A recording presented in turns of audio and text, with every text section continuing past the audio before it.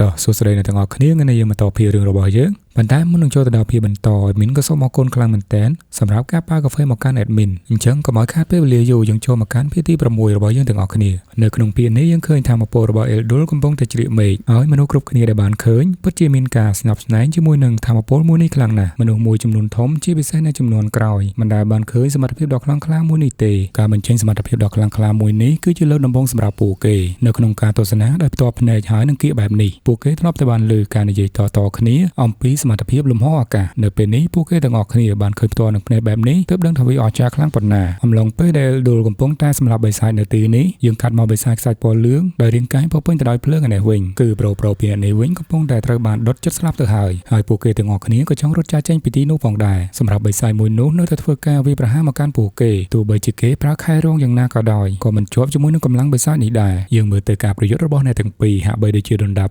บเตอหายในเป็นนี้ผู้เกี่ยวตั้งปีเนี่ยคือในรองจำใต้สกัดสลับใต้ปนนกโดยซาแต่กำดับได้ดอทอมระบอบใบสายสัตว์พลเรือนมวยนี้วิจับดามวีมาเลยในตั้งปีหายนี้ก็ซ่อนมอดบันทาวิจีกันดับได้จงกลายผ่องได้ดำใบบังหายจีวันในตั้งปีปัญหาในเป็นดูสำหรับแต่เอลดูก็บ้านหายเมกมาดอที่กันไหลผู้เกี่ยวแต่มาดองคือถามบอกตอนไปเลี้ยล้อคลั่งเหมือนแตนเอลดูบ้านจับตีนกระบาใบสายสัตว์พลเรือนมวยนู้เอาใจมาจุดล้วนนทเวกาวิประหารแต่การใบสายมวยนู้ปัตตามอเอลดูก็จับดามโดนตีตั้งเสียงเตียนก็โดยจีดาโรกจุยนาเกได้กำปงแต่รองครัวโดยซาใต้ปะปัวใบสายสัตว์พลเรือนหนึ่งปัตตามอใช้เรื่องระบายเยิงกับขัดมอคาดกลางบนเดินเนยเลือบน้มเสียวรักหายเยิงก็บ้านเคยมารอมาแนเนตีนูปองได้ก็กำปงตระบานจวนชลีโดยใบสายสัตว์พลเรือนมวยกบ่าใบสายมวยนู้ในเยพิซซ่าระบายวิ่งจังลอยปัญหามันดังท่าในเยใส่เต้ลือแต่เวอร์เชิงในตะงอขณีอยู่สำเร็จมวยนั่งตะบอกพระในขนมกุกเตือนเสด็จจ่อในตะงอขณีชบาชิบานจำลายเนไว้ได้ใบสายนั่งในใหญ่หายบนตัวหมกเตี้ยวิก็โยมเรียมได้ยังเว้ยระบายวิ่งจะตำลุสมาบรอมาในนู้แต่มาดองฮะใบโดยเจียกำปงกำเรียมในใหญ่ตอบจมูกหนึ่งวิ่งวิ่งจังปัญหาสำนักมันหล่อพอบอลมันจุ้ยการให้ลมห่อระบายโดนมาดอตีนั่งเพ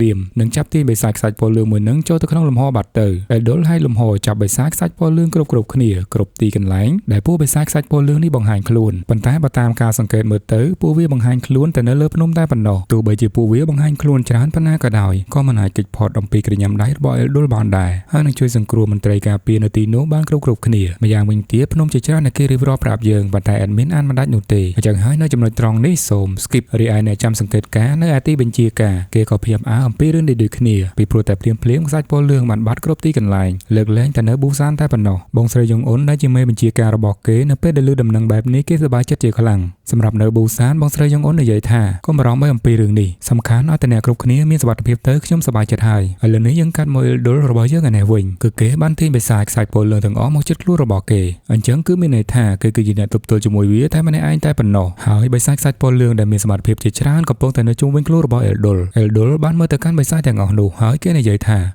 ปวดได้ดูจิมอกรุบขณีเชิงยังจับดาวมองหายชาประโยชน์ขณีระเบียงใบสายพลเรือนจมูกหนึ่งเอลโดลก็จับดาวเป็นดูคือถ้าผู้วิ่งสำรอกโจมกแต่งออกขณีแต่มาดองปันแต่เอลโดลก็โชว์เนื้อกันดาทั่วเรียยังสังหามันคว้าเอาไว้แต่งออกหายก็มันคล้ายผู้ใบสายในได้ก็เพราะแต่เอลโดลเกจืดเชื้อแต่เลือดสมาธิระบอกคลูนกรอนตายจังอ้อเนื่องเรียมได้ระบอกเกมุ้ยกระเวียแต่บันทึกลมโฮเจรงวงก็จับดาวบากหลังในจงวิ่งผู้ใบสายแต่งออกดูหายเก็บก็ระบอกผู้วิ่งแต่งออกโจตะขนมลมโฮเปรียบโดยชี้กำบัดทั่วผู้ใบสายแต่งออกดูจุกบาทและไปเลือดสมาออร์ลิงหายมันไตรกาเปียได้เคยสมาธิดอกคลั่งระบอกโดนตัวหนึ่งเพลงผู้เกหลังจังหอมอดกรุบขณีมองไปเพื่อแต่ผู้เกแต่งออกขณีมันได้ตรับเคยสมาธิดอกคลั่งแบบนี้เป็นมุนมองหนุนเตะหายจับทุกทันนี่คือจีสำนักระบอกผู้เกพองได้ไอเรื่องนี้คือเนื้อซอใต้ใบสายสัตว์พอเลื่องได้มินเพลิงในจงวิ่งคลัวระบอกวิใต้ปนนมาอย่างวิ่งเทียดพร้อมแต่งมีระบบเชื่อตรงnguồnเตียบพองหายวิในใหญ่พิซาระบอกวิแต่การเอดอลฝันแต่เอดอลสลับบันเอดอลก็มีแนวบอกปลายชาวอ้อยแนวบอกปลายระบอกกอดบอกปลายเนื้อเปียสำได้เอาไว้ได้มวยนังวิในใหญ่หายเอดอลก็จ้องดังเดท่าตามูลหายเอาไว้สำหรับการบังหันคลุนจะยังยกขนมมือซาบดา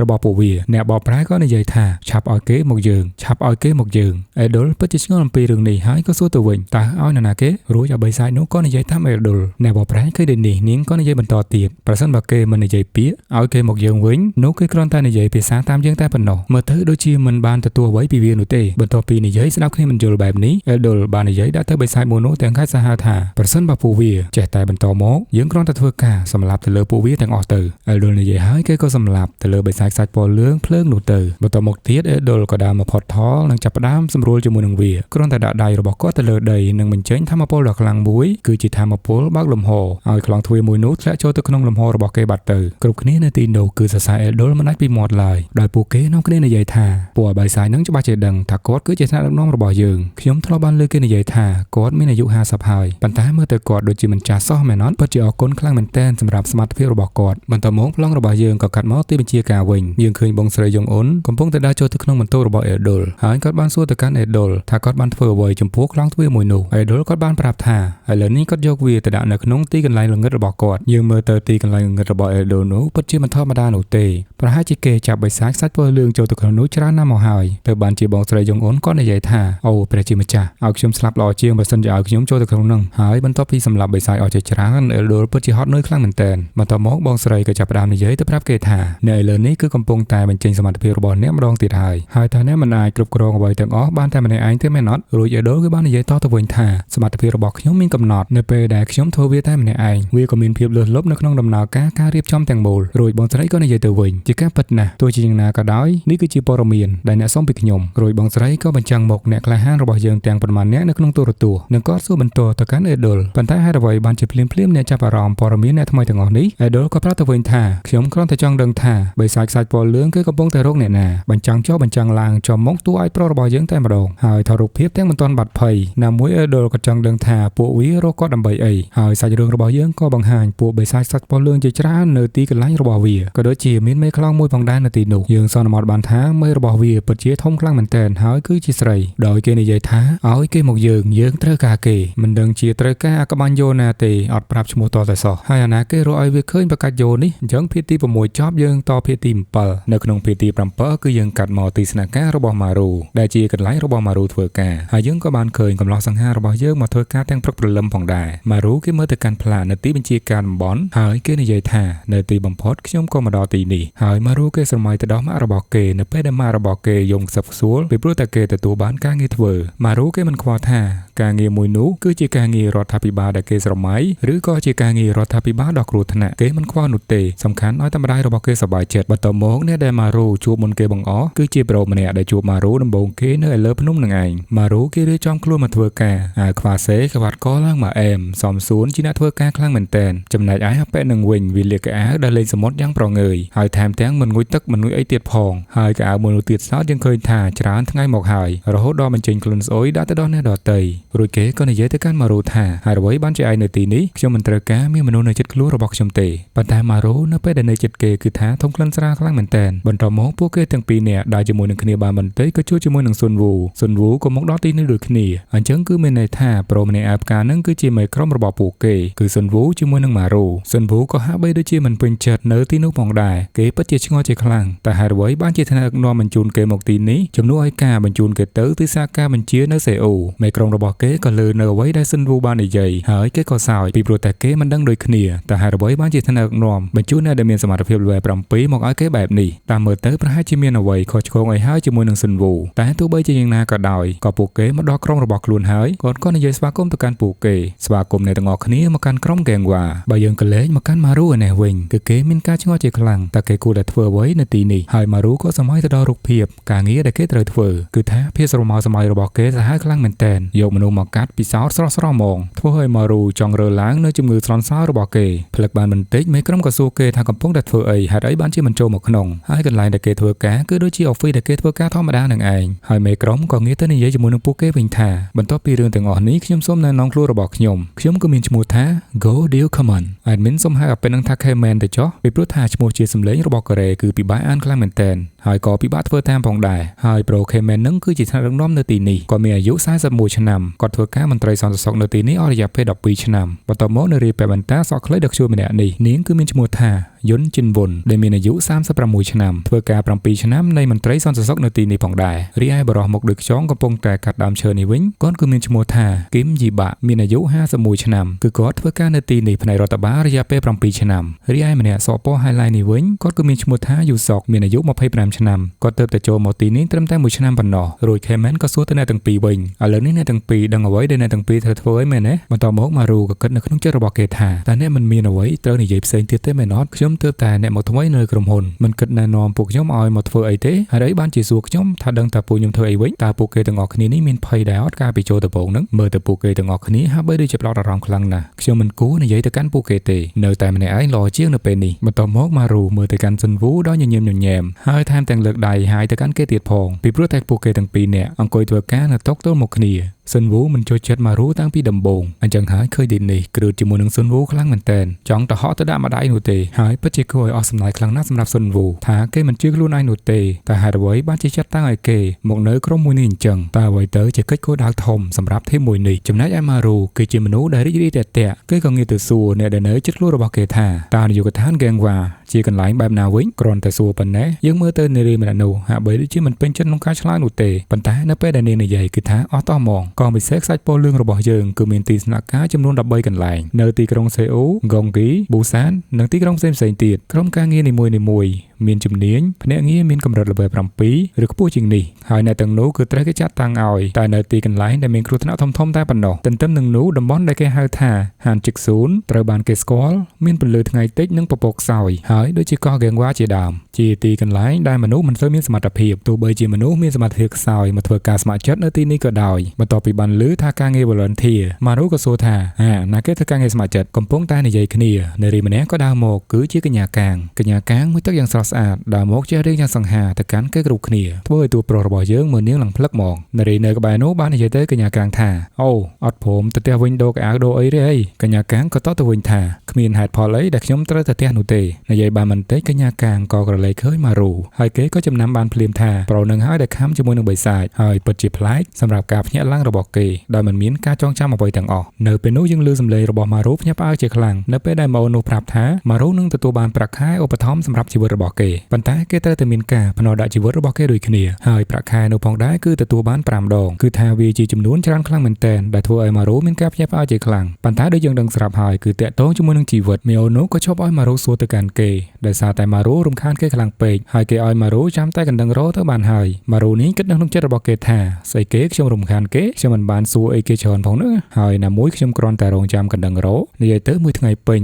ម៉ារូគឺមិនមានធ្វើអ្វីនោះទេគេគ្រាន់តែអង្គុយផឹកកាហ្វេឈៀលធម្មតាម៉ារូគេគិតថាការងារមួយនេះស្រួលខ្លាំងមែនទែនដល់ខែបើកលុយនៅពេលដែលពេលវេលាល្ងាចមកដល់មេក្រុមរបស់ពួកគេក៏ឲ្យពួកគេចេញពីធ្វើការហើយលោកមេក្រុម Kemen នោះគាត់សួរទៅស៊ុនវូជាថ្ងៃដំបូងចឹងមានអីចង់សួរគាត់អត់ប៉ុន្តែស៊ុនវូជាមនុស្សដែលស្ងៀមស្ងាត់គាត់មិនមានអ្វីសួរទៅកាន់មេក្រុមនោះទេអ្នកដែលមានសំណួរនោះគឺជាម៉ារូគេសួរទៅកាន់មេក្រុមថាអូខ្ញុំមានចម្ងល់ខ្លះចង់សួរទៅកាន់មេក្រុមអំពីវាតើជាទូទៅពួកអាបិសាចខ្សាច់ពលលឿងនឹងវាមកពីខាងណាមេក្រុមក៏គាត់មិនដឹងដូចគ្នាហើយមីអូនោះក៏បានប្រាប់ថាពួកវាគ្រាន់តែជាអ្វីដែលមកពីខាងលើតែអ្នកដឹងអត់នៅក្នុងចិត្តរបស់ម៉ារូគេគិតថាបិសាចដ៏កាយសាហាវបានបង្ហាញខ្លួនសម្រាប់មនុស្សយ៉ាងរំគាលហើយអ្នកទាំងអស់គ្នាមិនមានការឆ្ងល់អីទេប្រហែលជាមនុស្សជាតិត្រូវវិនិច្ឆ័យមកទៅខ្ញុំមិនដឹងនោះទេថាបិសាចខ្សាច់ពលលឿងនេះទៅមុខទៀតវានឹងធ្វើអ្វីប៉ុន្តែខ្ញុំនឹងធ្វើវាសម្រាប់ជីវិតរបស់ខ្ញុំឲ្យល្អបំផុតហើយអ្នកធ្វើការនៅទីនេះពិតជាលោខ្លាំងមែនទែនគ្រាន់តែចេញពីធ្វើការបបួលគ្នាទៅពឹកស៊ីហ្មងជាពិសេសមេក្រុមឬគេបបួលថាទៅបាអខ្លាំងមែនទែនចំណែកឯម៉ារូនេះស្មានតែមានរឿងអីកើតឡើងកំរត់ទៅតាមគេទៅតាមឯងដែរ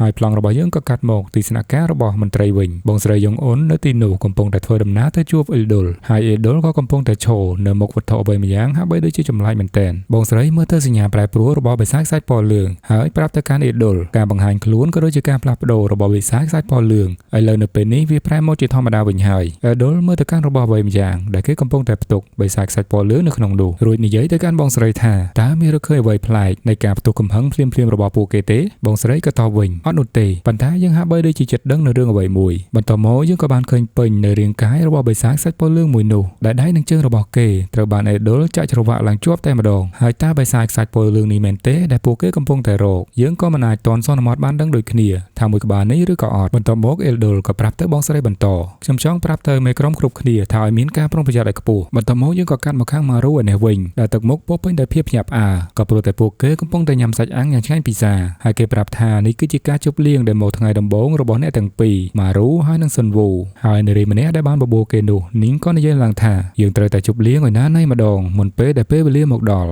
ម៉ារូជាមនុស្សដែលប៉ិនឆ្ងល់គេមិនដឹងអ្វីនោះទេគេក៏សួរទៅកាន់មេក្រុមរបស់គេហើយអាចារ្យហ្នឹងគាត់កំពុងតែនិយាយពីអីហើយគេកំពុងតែមកហ្នឹងបងលបងមេក្រុមនិយាយទាំងស្រវឹងទៅកាន់ម៉ារូថាមានអីអូនណាគេចង់និយាយថានៅក្នុងឆ្នាំហ្នឹងនឹងមានពួកបិសាចសាច់ពណ៌លឿងធ្លាក់មកពីលើមេឃដូចជាភ្លៀងអញ្ចឹងហ្នឹងបើយោងទៅតាមទនាយដែលគេធ្លាប់ទីមកគ្រាន់តែស្ដាប់ឮនៅពាក្យសម្ដីទាំងអស់នោះភ្លាមម៉ារូគេក៏ស្រមៃឃើញរូបភាពទាំងអស់នោះដែលឃើញមានបិសាចជាច្រើនក៏ដូចជាខ្លាំងទ្វារជាច្រើននៅលើមេឃហើយទម្លាក់ពួកបិសាចទាំងអស់នោះចុះមកខាងក្រោមធ្វើឲ្យម៉ារូមនុស្សដែលមិនដឹងខ្យល់អីនេះមានការភ័យទុកហើយនៅពេលនេះហើយលោកមេក្រុមថែមទាំងនិយាយទៀតថាហេកុំនិយាយបែកធ្លាយទៅណានេះជារឿងសម្ងាត់រួចនារីម្នាក់ទៀតក៏លើកកែវឡើងហើយឈាទៅកាន់ពួកគេហើយអ្នកទាំងអស់គ្នា one shot one kill យើងនឹងផឹកឲ្យបែកក្អួតម្ដងនៅថ្ងៃនេះហើយពួកគេក៏ចាប់ផ្ដើមលើកកែវផឹកជាមួយគ្នាណាណៃទៅហើយនៅក្នុងនោះក៏មានអ្នកធុញនឹងចង់ទៅផ្ទះផងដែរគឺជាមីអូនក្មេងស្ទាវនេះឯងចំណែកកញ្ញាកាងប្រាប់ពួកគេផឹកល្មមបានហើយព្រោះស្អែកត្រូវធ្វើការទៀតផឹករហូតដល់មានម្នាក់បាក់កមួយទៅហើយនៅពេលនេះហើយអ្នកដែលផឹកខ្លាំងនោះគឺមានតែ2នាក់ប៉ុណ្ណោះមេក្រុមជាមួយនឹងនារីដែលបបួលគេមកផឹកនឹងឯង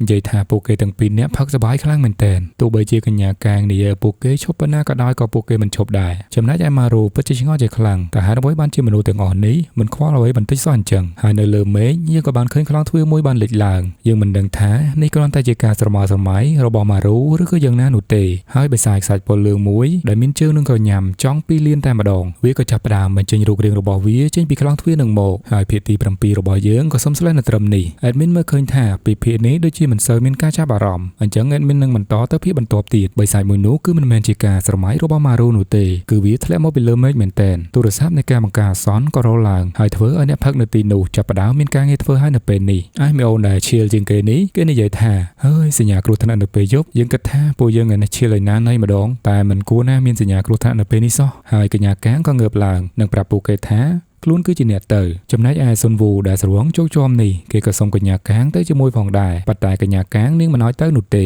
កញ្ញាកាងបែរជានិយាយថាខ្ញុំនឹងទៅជាមួយនឹងហានម៉ារូរបស់យើងដែលមិនចង់ទៅគ្រាន់តែលើភ្លាមនឹងឆ្លក់ទឹកហ្មងហើយអាមនុស្សគេចង់ទៅមិនមកឲ្យទៅឯងមិនចង់ទៅផងឲ្យគេទៅហើយនៅទីបំផុតម៉ារូគ្មានអ្វីត្រូវប្រកែកជាមួយនឹងកញ្ញាកាងបានទេហើយពួកគេទាំងពីរនាក់បានឡើងទៅលើឡានចាក់ចេញពីកន្លែងផឹកស៊ីទៅចំណែកឯម៉ារូពិតជាហួសចិត្តជាខ្លាំងនៅក្នុងចិត្តរបស់គេគិតថាពួកគេបាននិយាយប្រាប់ថាបើសាច់ផលលឿងនឹងធ្លាក់មកពីលើមេឃក្នុងពេលឆាប់នេះតើវាដល់ពេលវេលាហើយមែនទេដល់ពេលវេលាដែលបញ្ចប់ហើយតើខ្ញុំអាចធ្វើអ្វីបានម៉ារូកំពុងតែគិតនៅក្នុងចិត្តរបស់គេស្រាប់តែកញ្ញាកាងហៅទៅកាន់ម៉ារូធ្វើឲ្យគេភ្ញាក់ព្រឹតហ្មងហើយនិយាយទៅកាន់ម៉ារូថាកុំខ្វល់ជាមួយនឹងពាក្យទំនាយទាំងអស់នោះអីម៉ារូលើកញ្ញាកាងនិយាយដូចនេះគេឡើងមកមុខកញ្ញាកាងហ្មងអីគេមិនបានមកឲ្យខ្ញុំបារម្ភបន្តមកកញ្ញាកាងក៏បន្តនិយាយទៅកាន់ម៉ារូទៀតថាខ្ញុំជឿជាក់លើថ្នាក់លើពួកគេប្រកាសជារៀបចំរឿងនេះរួចរាល់អស់ហើយមានអ្នកខ្លាំងជាច្រើននៅឯទេសនាការងាររបស់យើងគឺគ្រាន់តែកំណត់ទីតាំងរបស់ពួកបិសាចសាច់ពណ៌លឿងនៅលើផែនទីហើយសម្រាប់ពួកវាអ្នកគឺមានសមត្ថភាពពិសេសអញ្ចឹងខ្ញុំនឹងទន្ទឹងរង់ចាំមើលវាម៉ារូបន្ទាប់ពីបានលើកញ្ញាកាងនិយាយថាខ្លួនមានសមត្ថភាពពិសេសធ្វើឲ្យគេក៏រឿងអៀនបន្តិចដែររួចគិតទៅក្នុងចិត្តរបស់ខ្លួនថាសមត្ថភាពពិសេសតើនេះជាការសរសើរមែនគ្មាននរណាម្នាក់ដែលនិយាយបែបនេះជាមួយនឹងខ្ញុំពីមុនមកនោះទេហើយកញ្ញាកាងបានបន្តនិយាយទៅកាន់ម៉ារូទៀតថាខ្ញុំមិនដែលឃើញនរណាម្នាក់ដែលស៊ីសាច់បិសាចបែបនេះនោះទេលើនិយាយអំពីការស៊ីសាច់បិសាចបែបនេះម៉ារូក៏គេមិនសូវដឹងគេក៏ឆ្ងល់អំពីរឿងនេះដូចគ្នាហើយក៏គិតទៅដល់បិសាចដែលគេស៊ីដំបូងគេគឺជាបិសាចកាត់ទៀតទឹកកាន់ឫស្សីមួយដើមដែលវែងស្លឿននោះឯងរួចម៉ារូចង់ឲ្យកញ្ញាកាងបញ្យល់គេច្បាស់អំពីរឿងនេះហើយកញ្ញាកាងក៏ញញឹមរួចប្រាប់ទៅគេមួយឃ្លាថាជាសមត្ថភាពពិសេសនៅក្នុងការស៊ីសាច់របស់បិសាចខ្សាច់ពណ៌លឿងបន្តមកពួកគេទាំងពីរនាក់ក៏បើកឡានទៅកន្លែងមួយហើយចាប់បិសាចនិងចង់ឲ្យម៉ារូសាកល្បងដើម្បីស៊ីសាច់បិសាចនោះពីព្រោះថាតាមអ្វីដែលកញ្ញាកាងសង្កេតមើលនៅពេលដែលម៉ារូទទួលទានសាច់បិសាចនៅពួកបិសាចខ្សាច់ពណ៌លឿងនេះមិនអាចជួសជុលរាងកាយរបស់វាមកវិញបានទេនៅក្នុងរយៈពេលមួយសប្តាហ៍ដូច្នេះហើយបានជាគេឲ្យម៉ារូសាកល្បងហូបសាច់បិសាចមួយនេះបន្តមកម៉ារូក៏លើកដៃបិសាចខ្សាច់ពណ៌លឿងនេះឡើងរួចក៏ចាប់ផ្ដើមគិតនៅក្នុងចិត្តថាពិតមែនហើយខ្ញុំមានថាមពលដូច្នេះហើយខ្ញុំត្រូវតែប្រើវានាងបាននិយាយថាខ្ញុំពិសេសណាស់មកមែនហើយ គិតថាវាគឺជាមកទៅចុះបន្ទាប់មកម៉ារូក៏ហាមាត់ខំទៅលើបិសាចមួយនោះប៉ុន្តែបន្ទាប់ពីគេខំយើងមើលទៅដូចជាថាបទៅវិញគឺថាម៉ារូមិនអាចខំបិសាចមួយនោះមុតទេគេព្យាយាមខំបិសាចមួយនោះជាច្រើនលើកជាច្រើនសារជាមួយនឹងការគំរាមរបស់កញ្ញាកាំងផងដែរប៉ុន្តែលទ្ធផលនៅតែមិនទទួលបានរួចប្លង់របស់យើងក៏កាត់មកពេលព្រឹកវិញគឺនៅឯទេសនាការហើយយើងក៏ឃើញម៉ារូកំពុងតែដេកនៅលើ keyboard ផងដែរពីព្រោះតែគេអស់សង្ឃឹមជាខ្លាំងនៅក្នុងការបញ្ចេញសមត្ថភាពរបស់ខ្លួនឯងនៅពេលនោះក្រុមការងាររបស់គេម្នាក់ក៏ដើរមកហើយនិយាយទៅកាន់គេថាហេអ្នកថ្មីពួកគេនិយាយថាឯងបោះវាចោលនៅពេលដែលឯងចេញទៅក្រៅដីវាលដូចជាមនុស្សល្ងងណាស់ម៉ារូក៏បានសួរទៅគេវិញថាតើឯងរំពឹងអ្វីពីយើងគ្រាន់តែនិយាយប៉ុណ្ណេះមួយនោះក៏ចាប់ផ្ដើមខឹងតែម្ដងចុំមកនេះឌឺមកពីឯងដែលយើងមិនបានទៅដីវាលក៏ព្រោះតែមនុស្សល្ងងឯងហ្នឹងមេបញ្ជាការកាងបានបង្រៀនឯងគឺឯងតែមនុស្សគត់ដែលបានចេញទៅជាមួយនឹងនាងការពិតទៅមួយនឹងគ្រាន់តែខឹងម៉ារូក៏ព្រោះតែម៉ារូកាត់មុខរបស់ខ្លួនដែលមិនអាចឲ្យគេទៅជាមួយនឹងកញ្ញាកាងបានបន្ទាប់មកកណ្ដឹងបកាសនក៏បានរលឡើងហើយកញ្ញាកាងក៏ស្ទុះស្ទាងើបឡើងមកគឺនាងមិនបានហៅនរណាគេនោះទេហៅតែម៉ារូតែប៉ុណ្ណោះប៉ុន្តែចៃដន្យអ្វីម៉ារូបាត់ចេញពីកន្លែងធ្វើការរបស់គេបាត់ទៅហើយដោយសារតែគេម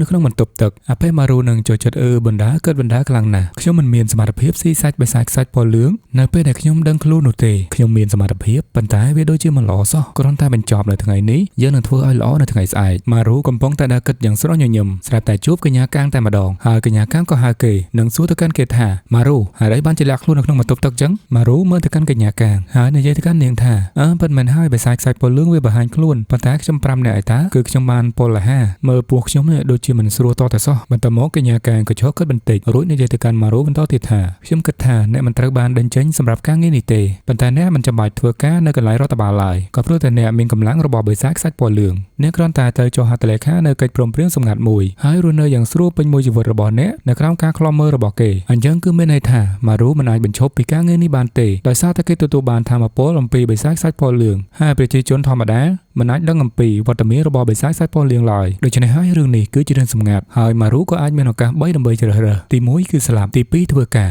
រនិងទី3មិនចាំបាច់ធ្វើការក៏បានដែរប៉ុន្តែស្ថិតនៅការឃ្លាំមើលរបស់រដ្ឋាភិបាលគ្រប់សកម្មភាពគ្រប់ទង្វើរបស់គាត់ធ្វើឲ្យប្រហែលតែបន្តិចគេនឹងសម្លាប់ចោលភ្លាមចំណែកឯកញ្ញាកាងនាងក៏បន្តនិយាយទៅកាន់ម៉ារូទៀតថារឿងនេះវាល្អជាងការស្លាប់មនុស្សខ្សោយផ្លូវចិត្តដូចជាអ្នកអញ្ចឹងរួមមិនបានយូរនោះទេហើយរឿងដែលអាក្រក់ជាងនេះទៅទៀតនោះអ្នកអាចនឹងត្រូវសម្លាប់ភ្លាមដោយរាជរដ្ឋាភិបាលដូច្នេះសូមចាក់ចែងពីក្រុមបើសិនជាអ្នកមិនអាចធ្វើការងាររបស់អ្នកបានយើងមិនខ្វះបុគ្គលិកទេកញ្ញាកាងនិយាយយ៉ាងម៉ឺងម៉ាត់ជាមួយនឹងម៉ារូមិនមែនជារឿងលេងសើចនោះទេនិយាយធ្វើឲ្យម៉ារូកាំងឈរថ្មឹងមិនបាននិយាយចេញសូម្បីតែមួយម៉ាត់ហើយអ្វីដែលនាងនិយាយក៏មិនមែនជារឿងលេងផងដែរប្លង់របស់យើងកាត់មកបន្ទប់ធ្វើការវិញគឺយើងមិនឃើញម៉ារូនៅទីនោះទេមេក្រុមខេមែនឆ្ងល់ជាខ្លាំងនឹងសួរទៅអ្នកគ្រប់គ្នាថាមិនបានជាមិនឃើញម៉ារូមកធ្វើការតើបានជួបគេចុងក្រោយនៅកន្លែងណាហើយជាមួយនឹងអ្នកណាដោយមិនមាននរណាមាត់នោះទេអំពីរឿងនេះប្លង់របស់យើងកាត់មកខាងក្រៅវិញគឺនៅស្ពានមួយក្នុងប្រទេសកូរ៉េហើយយើងក៏ឃើញបរិសម្នាក់កំពុងតែឈរនៅលើស្ពាននោះមិនមែនគេបំរុងលោតនោះទេគឺជាម៉ារូគាត់ឈររំហើយអារម្មណ៍លេងតែប៉ុណ្ណោះបន្ទាប់ពីត្រូវបានកញ្ញាកាងស្ដីឲ្យអស់ប៉ុន្មានម៉ាត់គេដើរបណ្ដាគេនិយាយបណ្ដាថាពិតមែនហើយខ្ញុំគួរតែចាក់ចេញពីការងារមួយនេះស្ថិតនៅក្នុងការខ្លាំមើលប្រសើរជាងស្លាប់ដោយសារការប្រយុទ្ធឥឡូវនេះទៅម៉ាសិនប្រាប់គាត់អំពីរឿងនេះថាខ្ញុំនឹងចាក់ចេញការងាររដ្ឋាភិបាលនេះតើអ្វីទៅជាចំណុចសំខាន់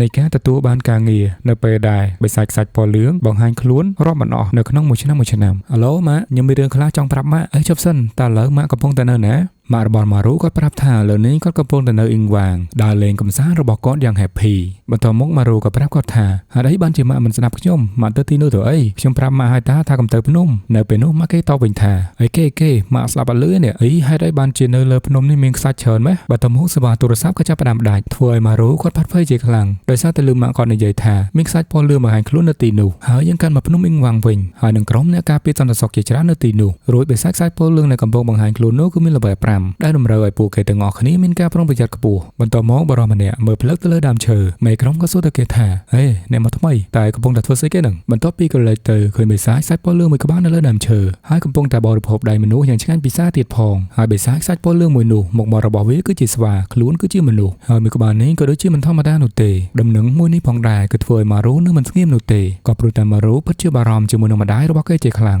ងនឹងហើយអ្នកទាំងអស់គ្នាភាគទី8នេះរឿងតិចចាំយើងតភាគទី9ទាំងអស់គ្នាភាគទី9នឹងតឡមើលហ្មងព្រោះថាម៉ារូចាប់ផ្ដើមដឹងពីសមត្ថភាពរបស់គាត់ម្ដងតិចណាតោះឥឡូវយើងចូលភាគទី9ហ្មងនៅខាត់ពេលយូរទៅអីទៀត ចូលមកនៅក្នុងពីទី9នេះយើងឃើញបិសាចសាច់ពលលឿងមួយក្បាលនោះវាប្រហារសន្តិសុខការពារនៅទីនោះស្ទើរតែស្លាប់គ្រប់គ្នាទៅហើយមានទាំងអ្នករបួសធ្ងន់និងមានទាំងអ្នករបួសស្រាលផងដែរពីព្រោះថាបិសាចសាច់ពលលឿងមួយនោះគឺវាមានលេវែល5យើងមើលទៅសភាពពួកគេសំបីតែមេក្រុមក៏ដោយហាក់បីដូចជាទៅមិនជាប់នោះទេប្រូសកញ្ញាញដែលមានមេធំនេះគឺជាមេក្រុមរបស់គេបន្ទាប់មកគាត់ក៏ឲ្យគ្នារបស់គាត់ដែលជាអ្នកចូលមកថ្មីរត់ទៅឲ្យដំណឹងក៏ដូចជាសុំជំនួយអំពីទីស្នាក់ការកណ្ដាលនៅទីក្រុងសេអ៊ូលបន្ទាប់ពីបញ្ជាប្រូម្នាក់នោះរត់ទៅយ៉ាងលឿនសម្ដៅទៅតែម្ដងបន្ទាប់ពីគាត់បានទៅដល់កន្លែងទូរស័ព្ទដៃវាមិនដំណើរការនោះទេក៏ព្រោះតែនៅទីនោះក្នុងតំបន់ខ្សាច់ពណ៌លឿងដូច្នេះហើយគ្រប់ប្រព័ន្ធទូរស័ព្ទវាមិនដំណើរការនៅក្នុងខ្សាច់ពណ៌លឿងឡើយឥឡូវនេះយើងកាត់មកទីស្នាក់ការកណ្ដាលនៅទីក្រុងសេអ៊ូលវិញដែលបងស្រីយ៉ាងអូនកំពុងតែប្រជុំនិយាយគ្នាអំពីបិសាចខ្សាច់ពណ៌លឿងនោះនៅពេលនោះបងស្រីក៏និយាយថាខ្ញុំទើបតែទទួលបានសំណើពីក្រុមនៅឯភ្នំអ៊ីងវ៉ាងប្រសិនបើបិសាចខ្សាច់ពណ៌លឿងចេញនៅតំបន់ហាមឃាត់ពណ៌បៃតងហើយចូលទៅក្នុងតំបន់ពណ៌លឿងដែលជាផ្លូវឡើងភ្នំនោះការស្លាប់របស់ប្រជាជននឹងត្រូវកើតមានជាមិនខានយើងនៅពេលនេះអស់ពេលវេលាហើយឆាប់ទៅកន្លែងនោះហើយសម្រាប់ពួកបិសាចហើយប្លង់របស់យើងក៏កាត់មកម៉ារូរបស់យើងឯនេះវិញម៉ារូបន្ទាប់ពីមកដល់ភ្នំអ៊ីងវ៉ាងតាក់ស៊ីមិនទាន់ទាំងឈប់ស្រួលបួរផងគេក៏លោតចុះពីឡានភ្លាមដើម្បីរត់ទៅរកម៉ារបស់គេនៅពេលដែលម៉ារូទៅដល់គេឃើញផ្លាកសញ្ញាហាមឃាត់មួយដោយមិនឲ្យអ្នកថ្មើរជើងដើរនៅតាមផ្លូវនោះទៀតទេម៉ារូខំព្យាយាមរកម៉ារបស់គេនៅទីនោះផងដែរប៉ុន្តែមិនឃើញទាល់តែសោះគាត់គិតថាម៉ារបស់គាត់ប្រហែលនៅលើភ្នំហើយបន្ទាប់មកគាត់ក៏សូមអ្នកយាមនៅទីនោះចូលទៅរកម៉ារបស់គាត់នៅលើភ្នំប៉ុន្តែអ្នកយាមគេមិនអនុញ្ញាតឲ្យគាត់ចូលនោះទេថែមទាំងរុញគាត់ចេញទៀតផងនិងប្រាប់ទៅគាត់ថាសត្វព្រៃវាបង្ហាញខ្លួននៅទីនោះនឹងមានគ្រោះថ្នាក់ណាស់ក្នុងចិត្តរបស់ម៉ារូដឹងស្រាប់ហើយថានោះមិនមែនជាសត្វព្រៃនោះទេវាគឺជាបិសាចខ្សាច់ពណ៌លឿងដោយមិនចាំយូរម៉ារូក៏ប្រញាប់ឡើងទៅលើភ្នំតាមរយៈជញ្ជាំងថ្មម៉ារូពិតជាមានក្តីបារម្ភចំពោះអ្នកម៉ារបស់គេជាខ្លាំងពីព្រោះតែម៉ារបស់គេគឺជានារីទន់ខ្សោយឥឡូវនេះយើងកាត់មកអ្នកម៉ារបស់ម៉ារូជាមួយនឹងសង្សាររបស់គាត់វិញហើយអ្នកទាំងអស់គ្នាកុំច្រឡំឲ្យសោះអ្នកម៉ារបស់ម៉ារូគឺពាក់អាវក្រហមហើយចំណែកឯសង្សាររបស់គាត់គឺជាអ្នកមីងដែលមានរបួសជើងយើងទាំងអស់គ្នាមិនដឹងថាមើលត្រង់ចំណុចណាអ្នកម៉ារបស់ម៉ារូគឺជានារីទន់ខ្សោយនោះទេអ្នកមីងម្នាក់នោះមានរបួសជើងដោយសារតែខ្សាច់ពណ៌លឿងនឹងឯងទៅធ្វើឲ្យគាត់មើលភ្លើមិនឃើញចំពប់ជើងដួលបែបនេះអ្នកម៉ារបស់ម៉ារូបែរខ្នងទៅកាន់អ្នកមីងម្នាក់នឹងហើយនិយាយទៅកាន់គាត់ថាកុំភ័យអីណាម៉ារបស់យូប៊ីនខ្ញុំនឹងការពារអ្នកធ្វើឲ្យអ្នកមីងម្នាក់នោះឡើងរំភើបនៅពាក្យសម្ដីរបស់អ្នកម៉ារូហ្មងហើយយើងមើលទៅកាន់ទឹកមុខរបស់ម៉ារូក៏ដឹងថាគាត់មិនមែនជាមនុស្សស្រីដែលទន់ខ្សោយនោះដែរម៉ារូនឹងដកកហ្មងមៀតដាំងមកហើយទៀតប៉ុន្តែរំពេចនោះអ្នកម៉ារបស់ម៉ារូគាត់ក៏ក្រឡេកឃើញអ្វីស្ទុងរៀងដូចជាមនុស្សប៉ុន្តែគាត់សម្គាល់អ្វីមិនដឹងនោះទេហើយបើយើងឃើញដៃទៀតដូចជាបិសាចខ្សាច់ពណ៌លឿងចឹងភ្លាមនោះអ្នកដែលបង្ហាញខ្លួនគឺជាម៉ារូបានស្រែកហៅទៅកាន់ម៉ារបស់គេម៉ារបស់ម៉ារូឡើងសប្រាយមកនៅពេលដែលឃើញកូនរបស់គាត់នៅទីនេះដែរហើយគាត់ក៏សួរទៅម៉ារូថាម៉ារូហេតុអ្វីបានជាឯងមកទីនេះម៉ារូប្រាប់ថាពីព្រោះតែគាត់បានឃើញអ្នកម៉ាផុសទៅក្នុងបណ្ដាញសង្គមមើលមិញនោះធ្វើពលឡើងខ្ជូតហើយមើលម៉ារូដល់ពេលវេលានឹងហើយម៉ារបស់ម៉ារូឆ្លៀតសួរអំពីការងាររបស់ម៉ារូទៀតតែម៉ារូបានប្រាប់ទៅវិញថាវាមិនសំខាន់នោះទេខណៈនៅក្នុងស្ថានភាពពេលនេះអ្នកមីងដែលជាសង្សាររបស់អ្នកម៉ារូបាននិយាយទៅកាន់អ្នកម៉ារូថាអូនឹងមែនកូនបងឯងដែលបងឯងនិយាយពីវាថាបានខ្លាចជាមន្ត្រីរាជការហ្នឹងហើយអ្នកម៉ារូសើចនឹងនិយាយទៅវិញថាហ្នឹងហើយតែអ្វីដែលខ្ញុំត្រូវការនៅពេលនេះគឺចង់ឲ្យគេរៀបការប៉ុន្តែមើលទៅវាដូចជាមិនចង់រៀបការសោះវាដូចអត់ស្រឡាញ់ស្រីមកទេម៉ារូបន្ទាប់ពីបានឃើញអ្នកទាំងពីរនិយាយគ្នានៅកន្លែងដែលគ្រោះថ្នាក់បែបនេះហើយធ្វើឲ្យគេមានការហួសចិត្តជាខ្លាំងគេក៏បានស្រែកទៅអ្នកទាំងពីរថានេះមិនមែនជាពេលវេលាដែលត្រូវនិយាយគ្នាទេយើងរត់គេជាមុនសិនទៅពួកបិសាចវាបង្ហាញខ្លួនលើហើយប៉ុន្តែស្រាប់តែម៉ារូដូចជាមានអារម្មណ៍ដឹងថាបិសាចសាច់ពណ៌លឿងនៅទីនេះបន្ទាប់ពីម៉ារូងាកទៅលើគឺបិសាចខ្សាច់ពណ៌លឿងនៅលើដើមឈើមែនគ្រាន់តែបានឃើញបិសាចនោះភ្លាមហាក់បីដូចជាជំងឺស្លោស្លន់របស់ម៉ារូចាប់ផ្ដើមរើឡើងធ្វើឲ្យបេះដូងរបស់គេឈឺចុកចាប់ជាខ្លាំងហើយក៏មិនដឹងថាខ្លួនឯងត្រូវតែធ្វើអ្វីទៀតដែរកាលពីនៅហ្គេងវ៉ាម៉ារូតែងតែដួលសន្លប់នៅពេលដែលឃើញបិសាចខ្សាច់ពណ៌លឿងប៉ុន្តែនៅពេលនេះគេត្រូវតែជួយសង្គ្រោះម៉ារបស់គេប៉ុន្តែគេមិនដឹងថាជួយរបៀបណានោះទេម៉ារូក៏ចាប់ផ្ដើមទិញថងរៀបនឹងធ្លាក់ពីលើភ្នំទៅហើយអ្នកម៉ារបស់គេឃើញសកម្មភាពប្លែកពិតជាមានការបារម្ភចំពោះម៉ារូខ្លាំងមែនទែនប៉ុន្តែនៅពេលនោះម៉ារូក៏ធ្លាក់មកពីលើភ្នំតែម្ដងធ្វើឲ្យម្ដាយរបស់ម៉ារូស្រែកជាខ្លាំងបណ្ដាលឲ្យលឺទៅដល់បិសាចនៅក្បែរនោះនិងហក់សំដៅទៅរកម្ដាយរបស់ម៉ារូយ៉ាងលឿនគឺលឿនជាងការធ្លាក់របស់ម៉ារូទៅទៀតម៉ារូគាត់ឃើញបែបនេះគាត់មានការផាត់ភ័យជាខ្លាំងពីព្រោះតែបិសាចមួយនោះអាចនឹងសម្លាប់ម៉ារបស់គេមុននឹងម៉ារូធ្លាក់ទៅដល់ដីទៅទៀតម្ដាយរបស់ម៉ារូបន្ទាប់ពីបានឃើញបិសាចមួយនោះគាត់ក៏ភ័យស្លោស្លន់ដូចគ្នាហើយក៏មិនបានត្រៀមខ្លួនសម្រាប់ទប់ទល់ផងដែរចំណែកឯម៉ារូបានធ្លាក់មកកំបិញមិញបុកថ្មឈាមច្រមុះប៉ុន្តែនៅតែមិនទាន់ដល់ដីឡើយភ្លាមនោះយើងស្រាប់តែឃើញបិសាចដួលខ្ពកទៅលើដីតែម្ដងលក្ខណៈថាធ្លាក់មកគឺចិត្តរយហ្មងពិតជាឲ្យអ្នកទាំង3ភ្ញាក់ផ្អើលជាខ្លាំងមិនដឹងថាណាគឺជាអ្នកសម្លាប់គេឡើយដែលត្រូវជាមួយនឹងត្បូងគ្រីស្តាល់ជាប់ខ្នងបិសាចមួយនោះតែម្ដងដោយតែត្បូងគ្រីស្តាល់កាលពីនៅលើក្បាលបិសាចដែលម៉ារូខំលើកមុនអញ្ចឹងម៉ារូឆ្ងល់ជាខ្លាំងតើ អាវុធមួយនេះវាមកពីណាម្ដាយរបស់ម៉ារូមានការឆ្ងល់ជាខ្លាំងតើសត្វចម្លែកមួយនេះគឺជាអ្វី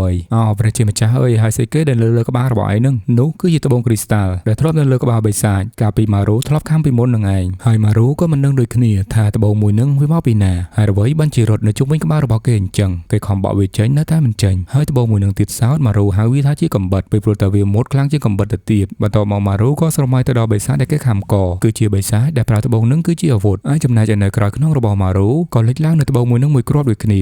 ាភ្លាមម៉ារូក៏ដឹងថាគេទទួលបានសមត្ថភាពអំពីបិសាចខ្សាច់ពណ៌លឿងមួយនោះអញ្ចឹងយើងក៏សន្មតដឹងដូចគ្នានៅពេលដែលម៉ារូគាត់ខំបិសាចមួយណែហើយគាត់នឹងទទួលបានសមត្ថភាពបិសាចមួយនោះហើយមិនចាំបាច់ប្រាប់ក៏យើងដឹងដែរថាវាសាហាវខ្លាំងប៉ុណ្ណាសមត្ថភាពរបស់ម៉ារូមិនត្រឹមតែការពារមិនឲ្យបិសាចមួយនោះជួសជុលរាងកាយរបស់វាមកវិញបានទេថែមទាំងទទួលបានសមត្ថភាពអំពីវាទៀតផងនៅពេលនេះម៉ារូពិតជាឆ្ងល់ជាខ្លាំងតែហេតុអ្វីបានជាគេអាចប្រើសមត្ថភាពរបស់បិសាចនឹងបានហើយប្រហែលជាបិសាចខ្សាច់ពណ៌លឿងអំបញ្ញមិញនេះម៉ារូគេគិតថាត្រូវបានសម្លាប់ដោយសមត្ថភាពមួយនឹងហើយក៏គេគឺជាអ្នកប្រើដោយមិនដឹងខ្លួនដែរដោយសារតែគេភ័យពេកដូច្នេះហើយបានជាបញ្ចេញសមត្ថភាពមកដោយសំបីតែខ្លួនឯងមិនដឹងបែបនេះហើយម៉ារូគេគិតទៅលើបិសាចមួយនោះថាមើលទៅបិសាចមួយនោះប្រហែលជាវាខ្សោយពេកបានជាធ្លាក់មកងាប់ដូច្នេះប៉ុន្តែគេក៏ឆ្ងល់ដូចគ្នាហើយអ្វីបានជាក្រុមនៅភ្នំអ៊ីងវ៉ាងទប់ទល់ជាមួយនឹងការបិសាចមួយនេះមិនបានបន្តមកសាច់រឿងរបស់យើងក៏កាត់មកខាងនេះវិញយើងក៏ឃើញបរិសម្នាក់កំពុងតែរងរបួសនិងបរិសពីរនាក់ទៀតក៏មកសួរគេថាតើឯងមិនអីទេយើងមកពីទីស្នាក់ការកណ្ដាលនៅទីក្រុងសេអ៊ូលបន្ទាប់មកគេក៏បន្តថាបរិសម្នាក់នោះធ្វើពុតហើយនឹងឲ្យបិសាចខ្សាច់ពណ៌លឿងមួយនោះរត់គេចខ្លួនធ្វើពុតអាលំបាលយកអីដាច់ដៃដាច់ជើងអស់ហើយដោយបរិសម្នាក់នឹងគេបានប្រាប់ទៅបរិសពីរនាក់នោះថាបិសាចម្នាក់នឹងគឺគួរឲ្យខ្លាចណាស់វាបានកំចាត់ក្រុមរបស់ពួកគេអស់ហើយបរិសក្បាលទំពៃម្នាក់នេះឮថាកំចាត់អស់បែបនេះគេពិតជាឆ្ងល់ជាខ្លាំ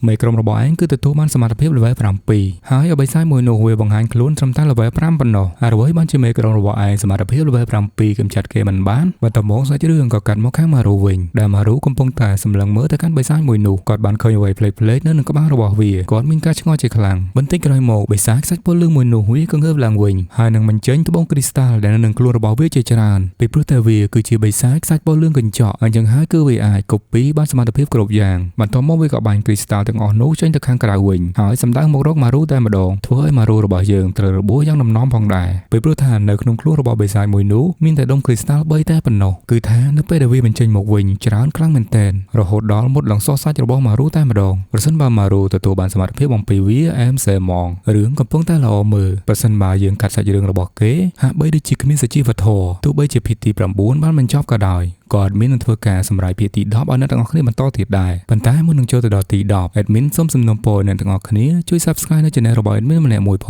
ងដើម្បីជាកម្លាំងចិត្តក៏ដូចឲ្យអ្នកទាំងអស់គ្នាចាប់បានទទួលវីដេអូថ្មីៗអំពីអេដមីនផងដែរតោះកុំឲ្យខាតពេលវេលាយូរយើងចូលមកកាន់ភាគទី10ទាំងអស់គ្នានៅក្នុងភាគនេះយើងក៏បានឃើញម៉ារូររបួសជាទម្ងន់សូម្បីតែផ្ទៃមុខរបស់គេក៏ដោតទៅដោយកំបិតគ្រីស្តាល់នោះផងដែរនៅក្នុងចិត្តរបស់ម៉ារូគេគិតថាអាបិសាចមួយនេះវាបានប្រើសមត្ថភាពដូចជាខ្លួនហើយបិសាចមួយនោះផងដែរក៏ទទួលបានថាមពល 100% មកវិញនឹងដើរសម្ដៅមករកម៉ារូចំណែកឯម៉ារូក៏មិនអោយចាញ់ចិត្តដូចគ្នាខំប្រឹងដកគ្រីស្តាល់មកកំបិតនោះចេញពីផ្ទៃមុខរបស់គាត់ក៏ដូចជានៅតាមរាងកាយដែលពោពេញទៅដោយគ្រីស្តាល់ទាំងអស់នោះផងដែរដកបណ្ដាដើរចូលទៅរកបិសាចនោះបណ្ដាហើយបិសាចមួយនោះវាបានកូពីគំនិតរបស់ម៉ារូទាំងស្រុងសូម្បីតែម៉ារូក៏ធ្វើអ្វីក៏វាធ្វើតាមផងដែររឿងនេះគឺធ្វើឲ្យម៉ារូហួសចិត្តជាខ្លាំងហើយក៏ចាប់ផ្ដើមចាប់បាននៅចំណុចខ្សោយខ្លះៗរបស់បិសាចនឹងបន្ទាប់មកម៉ារូក៏សម្លឹងទៅមើលម្ដាយរបស់គេដែលមានរបួសជង្គង់គាត់ពិតជាមានការបារម្ភអំពីម្ដាយរបស់គាត់ជាខ្លាំងហើយនឹងបានទៅសួរម្ដាយរបស់គាត់ថាតើអ្នកម៉ាក់មិនអីទេយើងមើលទៅជង្គង់របស់ម៉ាក់ម៉ារូពិតជាមានរបួសខ្លាំងមែនទែនហើយគាត់មិនអាចព្យាបាលខ្លួនរបស់គាត់វិញបាននោះទេដោយសារតែគាត់មិនទទួលបានធម៌ពលអំពីពួកបិសាចខ្សាច់ពណ៌លឿងឡើយហើយម្ដាយរបស់ម៉ារូបន្ទាប់ពីឃើញម៉ារូរងរបួសពេញខ្លួនបែបនេះគាត់ពិតជាមានការព្រួយបារម្ភអំពីម៉ារូខ្លាំងមែនទែនប៉ុន្តែម៉ារូក៏បានប្រាប់ទៅម្ដាយរបស់គាត់វិញថាខ្ញុំមិនអីទេអ្នកម៉ាក់មើលរាងកាយរបស់ខ្ញុំណែគ្មានរបួសសូម្បីតែបន្តិចពិតមែនហើយម៉ារូត្រូវបានព្យាបាលភ្លាមជាមួយនឹងធម៌ពលខ្សាច់ពណ៌លឿងនោះហើយគាត់ក៏មិនអាចរំពឹងថានរណាម្នាក់នឹងមកជួយគាត់បានដែរនៅពេលនេះមានតែគាត់ប៉ុណ្ណោះដែលការពារម៉ាក់របស់គាត់បន្ទាប់មកម៉ារូក៏ងាកសំដៅទៅលើបិសាចមួយនោះវិញហើយនិយាយទៅប្រាប់ម៉ាក់របស់គាត់ថាអ្នកម៉ាក់និងអ្នកមីងឆាប់គេចខ្លួនទៅកន្លែងផ្សេងទៅទីនេះទុកឲ្យខ្ញុំគឺជាអ្នកការពារអ្នកម៉ាក់របស់ម៉ារូពិតជាភ្ញាក់ផ្អើលជាខ្លាំងនៅពេលដែលឮសំឡេងរបស់កូនខ្លួនបែបនេះពីព្រោះតែគាត់ដឹងថាកូនរបស់គាត់ពីដើមមកមិនមានសមត្ថភាពអ្វីនោះទេប៉ុន្តែភ្លាមនោះម៉ារូក៏បាននិយាយប្រាប់គាត់បន្តទៀតថាខ្ញុំគឺជាមន្ត្រីដែលការពារប្រជាជនអ្នកម៉ាក់កុំបារម្ភអីខ្ញុំនឹងត្រឡប់មកវិញប៉ុន្មានសេខិនទៀតបន្ទាប់មកម៉ារូក៏ ស្ទុះវឹងទៅរកបិសាចមួយនោះនឹងចាប់អោបវាមួយទំហឹងដៃរួចក៏ពួកគេទាំងពីរនេះលោតទម្លាក់ទៅលើភ្នំជាមួយនឹងគ្នាតែម្ដងអ្នកម៉ាក់របស់ម៉ារូបន្ទាប់ពីបានឃើញម៉ារូលោតចុះពីលើភ្នំយ៉ាងឆាវៗបែបនេះធ្វើឲ្យគាត់តក់ស្លុតជាមួយនឹងម៉ារូជាខ្លាំងកម្ពស់ប៉ុណ្ណឹងមនុស្សធម្មតាច្បាស់ណាស់ប្រកាសជាស្លាប់ជាមិនខានប៉ុន្តែសម្រាប់អ្នកដែលមានសមត្ថភាពពិសេសអំពីខ្សាច់ពណ៌លឿងនឹងគឺមិនងាយស្លាប់នោះទេជាពិសេសលោកបងហានម៉ារូរបស់យើងនេះឯងបន្ទាប់ពីធ្លាក់ទៅម៉ារូទៅនៅថ្មមួយជាន់ចំណែកឯបិសាចនោះធ្លាក់ទៅដល់ដីហាក់បីដូចជាបាក់ដៃបាក់ជើងតិចហ្មងម៉ារូគេងើបសម្លឹងទៅមើលបិសាចមួយនោះហើយគិតនៅក្នុងចិត្តរបស់គេថាខ្ញុំត្រូវតែបន្តការពារអ្នកម៉ាក់របស់ខ្ញុំអំពីបិសាចខ្សាច់ពណ៌លឿងទាំងអស់នេះប្រសិនបើខ្ញុំអាចពន្យាពេលបានមួយរយៈនោះក្រុមនៅភ្នំអៀងវាងច្បាស់ជាមកដល់ទីនេះជាមិនខានឥឡូវនេះយើងកាត់មកកំឡោះសង្ហាម្នាក់ក្បាលទំពេកម្នាក់សក់ផ្សិតទាំងពីរអ្នកនេះវិញឥឡូវនេះពួកគេបានមកដល់កន្លែងកាត់ហេតុក៏ដូចជាកន្លែងដែលពួកបិសាចខ្សាច់ពណ៌លឿងចេញផងដែរដោយយើងបានឃើញផ្ទាល់នឹងភ្នែកថាពួកបិសាចខ្សាច់ពណ៌លឿងដែលមានរូបរាងជាស្វានេះពិតជាមានគ្នាច្រើនមែនទែនហើយចេញមកជាបន្តបន្ទាប់ប៉ុន្តែកំឡោះសង្ហាពីរអ្នករបស់យើងហាក់បីដូចជាមិនមានការក្រេតញញើតជាមួយនឹងពួកបិសាចទាំងពីរអ្នកនេះឡើយទោះបីជាគ្នាគាត់ស្លាប់គោជើងគ្នានៅក្រោមដៃពួកបិសាចទាំងអស់នេះក៏ដោយហើយបុរសដែលមានមុខមាត់សង្ហាជាងគេលើលោកគឺបុរសក្បាលផ្សិតមួយនេះបាននិយាយថាហើយអ្វីបានជាពួកបិសាចខ្សាច់ពណ៌លឿងទាំងអស់នេះមានគ្នាច្រើនម្ល៉េះចំណែកឯបុរសក្បាលទំពេកដែលមានមុខមាត់សង្ហាមិនចាញ់បុរសក្បាលផ្សិតប៉ុន្មាននោះទេគេក៏និយាយទៅកាន់បុរសក្បាលផ្សិតថាដោយសារតែនៅភ្នំអៀងវាងនេះមេក្រុមរបស់គេគឺមានសមត្ថភាពកូពីរាងកាយរបស់ខ្លួនឯងចំណែកឯបិសាចខ្សាច់ពណ៌លឿងដែលគេហៅថាពួកបិសាចកញ្ចក់ដែលមានរូបរាងដូចជាស្វានេះគេក៏មានសមត្ថភាពក្នុងការចម្លងស្គីគេដែរដូច្នេះហើយបានជាវាកូពីស្គីរបស់មេក្រុមនៅឯភ្នំអៀងវាងឥឡូវនេះគ្នារបស់ពួកវាក៏ដូចជាអាចភ័យអញ្ចឹងបុរសក្បាលទំពេកក៏និយាយបន្តទៀតថាប្រសិនបើយើងបំផ្លាញរូបរាងពិតរបស់វានោះពួកកូពីទាំងអស់នេះវានឹងរលាយបាត់ប៉ុន្តែអ្វីដែលសំខាន់រូបរាងរបស់វាពិតប្រាកដវានៅឯណាចំណែកឯបុរសក្បាលផ្សិតគេមិនខ្វល់នោះទេគេគ្រាន់តែដឹងថាគេចង់សម្លាប់ពួកបិសាចទាំងអស់នេះទុកជាការកំសាន្តរបស់គេយើងមើលទៅទឹកមុខរបស់គាត់ទៅក៏ដឹងថាគាត់ត្រេកអរជាមួយនឹងការប្រយុទ្ធមួយនេះប៉ុណ្ណាហើយដូច្នេះហើយទើបបានគាត់សម្រុកចូលធ្វើការប្រយុទ្ធជាមួយនឹងពួកបិសាចទាំងអស់នោះតែម្ដងត្រឹមតែមួយដៃរបស់គាត់វាយផ្ទប់ទៅលើដីតែប៉ុណ្ណោះធ្វើឲ្យបិសាច4-5ក្បាលខ្ទាតចេញពីនឹងអស់ហ្មងបន្ទាប់មកបុរសក្បាលទំពេកបានគិតថាវាហាក់ដូចជាមិនមានរាងកាយពិតរបស់វានៅទីនេះឡើយហើយក៏ឆ្ងល់ផងដែរថាវានៅទីណាបន្ទាប់មកយើងកាន់មកអ្នកក្លាហានទាំងពីរអ្នករបស់យើងឯនេះវិញដែលកំពុងតែបង្អួតសម្រស់ដាក់គ្នាទៅវិញទៅមកហើយក៏មានជំនាញស្រដៀងនឹងគ្នាផងដែរហើយយើងឃើញថាបិសាចខ្សាច់ពណ៌លឿងដែលធ្លាក់ពីលើភ្នំបាក់ដៃបាក់ជើងអំបញ្ញមិញនេះគឺវាបានជួសជុលរាងកាយរបស់វាបានយ៉ាងឆាប់រហ័សនិងបន្តនៅតែបង្អួតសម្រស់និងសម្រៃរាជសីរបស់វាទៅដាក់ម៉ារូចំណែកឯម៉ារូពេលនេះគឺថាទ្រុឌទ្រោមខ្លាំងមែនទែនហើយរាងកាយរបស់គាត់ជួសជុលមិនឆាប់រហ័សដូចជាបិសាចនោះឡើយឥឡូវនេះគាត់មានអារម្មណ៍ថាជាក្បាលប៉ុន្តែនៅតែបារម្ភអំពីម៉ាក់គាត់រហូតហើយនឹងស្រែកទៅកាន់បិសាចមួយនោះថាកុំគប់ពីម៉ាក់របស់គេហើយនឹងស្រែកគំរាមវាសម្បីតែមិនអាចនៅជិតម៉ាក់របស់ខ្លួនបន្ទាប់ពីការគិតនិងស្រែករបស់គាត់សមត្ថភាពត្បូងគ្រីស្តាល់មួយនោះក៏ចេញមកតែម្ដងហើយចាក់ដោតជុំវិញបិសាចមួយនោះដើម្បីគំរាមម៉ារូក៏មិនទាន់ស្គាល់ជំនាញនៃការប្រើត្បូងគ្រីស្តាល់នោះឡើយម្ដងចេញម្ដងអត់តាមតែក្បាលវ៉ារបស់វាប៉ុន្តែចំណែកឯបិសាចខ្សាច់ពណ៌លឿងនេះវិញគឺវាចេះប្រើសមត្ថភាពរបស់ត្បូងមួយនឹងវាក៏បញ្ជាឲ្យត្បូងមួយនឹងហោះទៅទម្លូស្មារបស់ម៉ារូតែម្ដងប៉ុន្តែម៉ារូស្រាប់តែព្យាយាមសាកល្បងប្រើនៅសមត្ថភាពមួយនោះបន្តិចក្រោយមកគេក៏អាចបញ្ចេញមកបានហើយក៏ហោះបុកទៅត្រូវបិសាចមួយនោះមួយគ្រាប់ផងដែរធ្វើឲ្យម៉ារូពិតជាមានការសប្បាយចិត្តជាខ្លាំងឥឡូវនេះអ្នកក្លាហានរបស់យើងទាំងពីរនាក់រងរបួសស្មាម្នាក់មួយជំហៀងហើយបិសាចខ្សាច់ពណ៌លឿងក៏ធ្វើការដកត្បូងគ្រីស្តាល់មួយនោះចេញពីស្មារបស់គេរួចរបួសរបស់គេក៏ជួសជុលវិញភ្លាមចំណែកឯម៉ារូក៏ព្យាយាមដកចេញដូចគ្នាសមត្ថភាពរបស់ពួកគេគឺស្រដៀងគ្នាប៉ុន្តែល្បឿននៃការព្យាបាលរបស់ពួកគេម៉ារូគឺមិនលឿនដោយបិសាចខ្សាច់ពណ៌លឿងមួយនោះឡើយរំពេចនោះម៉ារូស្រាប់តែនឹកឃើញពាក្យសម្ដីរបស់កញ្ញាកាងបានប្រាប់គេព្យាយាមម្ដងទៀតអ្នកមិនស្ដាប់ពាក្យខ្ញុំនិយាយទេនៅពេលនោះម៉ារូគេនិយាយវិញថាខ្ញុំប្រហែលជាមិនស័ក្តិសមជាមួយនឹងដីវានេះទេខ្ញុំមិនអាចប្រយុទ្ធបានឡើយហើយកញ្ញាកាងក៏ចាប់ដៃរបស់ម៉ារូនិងនិយាយទៅកាន់គេបន្តទៀតអ្នកឯងគ្រាន់តែខ្លាចទទួលរងនឹងការជិះចាប់តែប៉ុណ្ណោះប៉ុន្តែយើងអាចព្យាបាលរបួសរបស់យើងនៅលើដីខ្សាច់ពណ៌លឿងមួយនេះបានយ៉ាងលឿនដូច្នេះមិនអីនោះទេម៉ារូក៏បន្តទៀតថាប៉ុន្តែវានៅតែឈឺដដែលនឹងពេលត្រូវកំបិតនោះដើម្បីប្រាស្រ័យសមត្ថភាពរបស់ខ្ញុំត្រូវស៊ីពួកបិសាចខ្សាច់ពណ៌លឿងតើខ្ញុំត្រូវតែធ្វើអញ្ចឹងមែនខ្ញុំសុំទោសខ្ញុំពិតជាសុំទោសមែនមានវិធីផ្សេងណាស់ដែលយើងត្រូវប្រយុទ្ធបន្តមកកញ្ញាកាងប្រាប់គេបន្តទៀតដើម្បីសម្លាប់បិសាចខ្សាច់ពណ៌លឿងអ្នកត្រូវកាត់ក្បាលរបស់វាចោលដើម្បីកុំឲ្យវាជួសជុលរាងកាយរបស់វាវិញបានអំពីខ្សាច់ពណ៌លឿងប៉ុន្តែអ្នកមិនមានសមត្ថភាពនៅក្នុងការសម្លាប់ឡើយវាគួរឲ្យអាម៉ាស់អ្នកគ្រាន់តែជាអ្នក support មិនមែនជាទាហានសម្រាប់ប្រយុទ្ធជួរមុខឡើយប៉ុន្តែសមត្ថភាពព្យាបាលរបស់នេះគឺខ្លាំងដូច្នេះកុំខ្លាចនៅក្នុងការប្រយុទ្ធត្រឡប់មកវិញម៉ារូក៏ចាប់ផ្ដើមគិតថាពិតមែនហើយសមត្ថភាពព្យាបាលរបស់ខ្ញុំគឺខ្លាំងអញ្ចឹងខ្ញុំមិនត្រូវខ្លាចវាទេបូករួមសមត្ថភាពនៅក្នុងការខំរបស់ខ្ញុំដូច្នេះខ្ញុំអាចមានសមត្ថភាពសម្លាប់វាបានដោយសារតែភាពត្រឹមត្រូវរបស់ខ្ញុំវាអាក្រក់ពេកដូច្នេះខ្ញុំមិនអាចខំកគេបានទេប្រសិនបើគោលដៅវាពិបាកអញ្ចឹងមានតែវិធីតែមួយទេខ្ញុំនឹងចាក់ខ្លួនឯងសូម ខ្ញុំគុំយកច្រឡំថាគាត់ចាក់ខ្លួនរបស់គាត់មិនមែននោះទេគឺគាត់យកអាត្បូងគ្រីសាមួយនឹងហក់ទៅចាក់ឲ្យបិសាចខ្សាច់ពលលឿងមួយនោះដោយផ្ទាល់ដៃរបស់គាត់តែម្ដងដែលយើងមិនទាន់ដឹងថាលទ្ធផលវាទៅជាយ៉ាងណាទៀតនោះទេដោយសារតែសាច់រឿងភាគទី10របស់យើងក៏ត្រូវបានបញ្ចប់នៅត្រឹមនេះ admin នឹងសន្យាថាព្យាយាមចេញភាពបន្តឲ្យបានលឿនបំផុតស្របជាមួយនឹងការឲ្យ admin ចេញលឿននេះផងដែរក៏សូមអរគុណដល់អ្នកដែលបានឧបត្ថម្ភឲ្យ admin ដូចគ្នាជាដំបូងខ្ញុំបានក៏សូមអរគុណទៅដល់សវណ្ណាបានឧបត្ថម្ភជាកម្លាំងចិត្តមកកាន់ខ្ញុំបាន1300រៀលផងដែរនៅក្នុងនោះក៏បានសរសេរប្រាប់ខ្ញុំថាចេញរឿង Eating the Demon ឲ្យលឿនមកខ្ញុំចូលចិត្តណាស់ពិតជាអរគុណខ្លាំងមែនទែនសម្រាប់ការចូលចិត្តនៅរឿងនេះហើយក៏សូមអរគុណទៅដល់វុធាក៏គាត់សូមឲ្យខ្ញុំចេញភាពបន្តនៅរឿងនឹងដូចគ្នាហើយក៏បានឧបត្ថម្ភមកកាន់ខ្ញុំ5000រៀលផងដែរសម្រាប់បងប្អូនរបស់យើងម្នាក់ទៀតគឺមានឈ្មោះថាគឹមសាបានឧបត្ថម្ភមកកាន់ admin ចំនួន4000រៀលផងដែរហើយមិនខុសពីអ្នកមុននោះទេគឺគាត់ចង់ឲ្យចេញរឿង Eating the Demon នេះបន្តទៀតសម្រាប់បងប្អូនរបស់ admin ម្នាក់ទៀតគឺមានឈ្មោះថាចន្ទរាថាណាបានឧបត្ថម្ភឲ្យ admin ចំនួន5000រៀលផងដែរខ្ញុំបាទពិតជាអរគុណខ្លាំងមែនទែននៅទឹកចិត្តដ៏ថ្លៃថ្លាមួយនេះនៅក្នុងនោះក៏បានសរសើរខ្ញុំដែរថាបង admin សម្រាប់បានល្អជាកិត្តិយសរបស់ខ្ញុំបាទដែលបានការសរសើរពីបងប្រុសឬក៏បងស្រីហើយសម្រាប់វីដេអូមួយនេះផងដែរគឺមានត្រឹមតែប៉ុណ្្នឹងយើងនឹងជួបគ្នានៅពេលបន្ទាប់ទៀតសូមអរគុណក៏ដូចជាសូមជម្រាបលា